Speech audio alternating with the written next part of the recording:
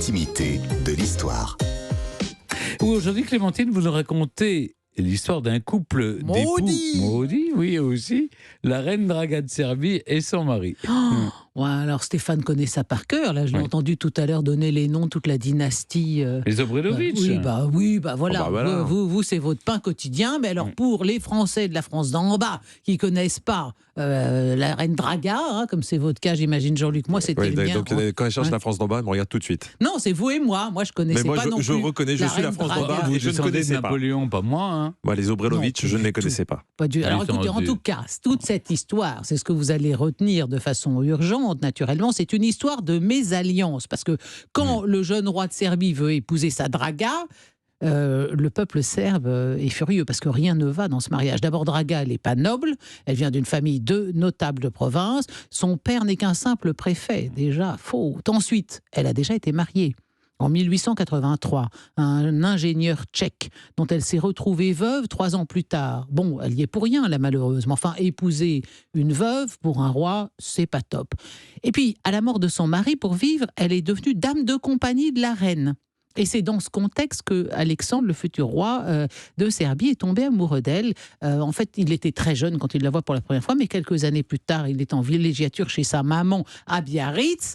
Et là, il tombe amoureux. Sa maman qui était la célèbre reine Nathalie de Serbie. Eh ben voilà, Jean-Luc, bien sûr, la célèbre Nathalie. Bon, alors, du coup, il y a quand même une grosse J'ai différence. l'impression qu'il y a quand même papa et maman qui font l'histoire, là.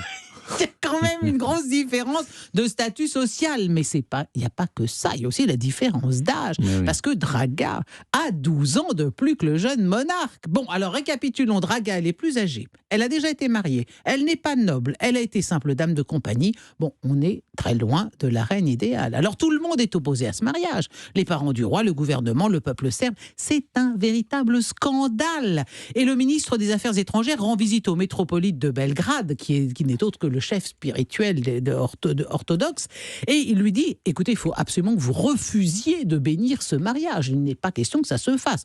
Et Alexandre apprend ça, lui il veut l'épouser, sa Draga, il va aussi voir le métropolite, il dit, dites donc, si vous refusez de bénir mon mariage avec Draga, moi c'est pas compliqué, j'abdique. Bon, alors évidemment, c'est mal parti, mais et en signe de protestation, ça a été quand même très loin, c'est que tout le gouvernement serbe a démissionné, en disant, on ne veut pas de ce mariage. Et finalement, l'issue heureuse, si l'on peut dire, viendra de l'intervention du tsar Nicolas II qui accepte d'être le témoin d'Alexandre. Et donc, ça donne une sorte d'imprimature impériale d'un voisin puissant sur ce mariage. Et donc, le mariage se fait. Alexandre épouse sa Draga le 5 août 1900. Mais enfin, cette union impopulaire affaiblit sa position dans son royaume. L'opinion publique, je le disais, est vent debout contre le mariage et ne tarde pas à faire de Draga le bouc émissaire de toutes les difficultés traversées par le pays. Un premier scandale va venir de son mensonge, Draga, parce qu'elle prétend être enceinte, alors qu'en fait, elle ne peut pas avoir d'enfant. Et la Serbie, à l'issue de cette histoire, est la risée de l'Europe.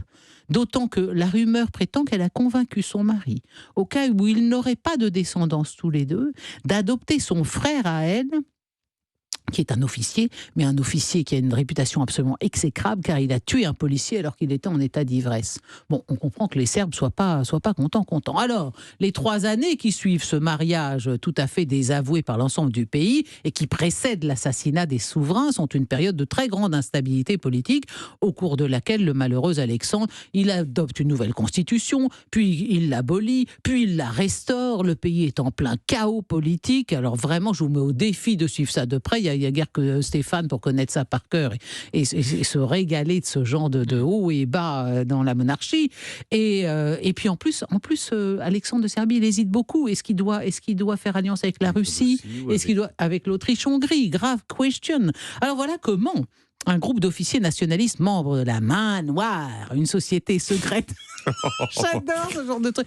Bon, mais ça, c'est vrai. Une société secrète nationaliste serbe et qui sont opposés à la fameuse dynastie des Obrenović à laquelle appartient le roi Alexandre, eh bien, ils décident d'estourbir Alexandre Ier et la reine Draga. Et ils vont vraiment s'y acharner, parce que dans un premier temps, il y avait eu un projet pour les tuer avec des couteaux plongés dans du cyanure à une réception à laquelle ils ne sont pas venus. Seconde tentative d'assassinat, le complot a été éventé, il y a eu quelques arrestations au passage, et la troisième tentative sera la bonne. En gros, tous les conjurés se retrouvent à Belgrade à la nuit tombée, ils pénètrent dans le palais. Vers minuit, on cerne la résidence des officiers loyaux au roi. Et là, tout va se dérouler dans une grande confusion. On ne sait pas exactement comment ça s'est passé parce qu'il y a plusieurs versions de leur mort. Ils se seraient tous les deux cachés. Ils devaient être tous les deux en pyjama là, ou en robe de chambre. Ils se sont cachés dans une pièce secrète de leur chambre. On les a dénichés.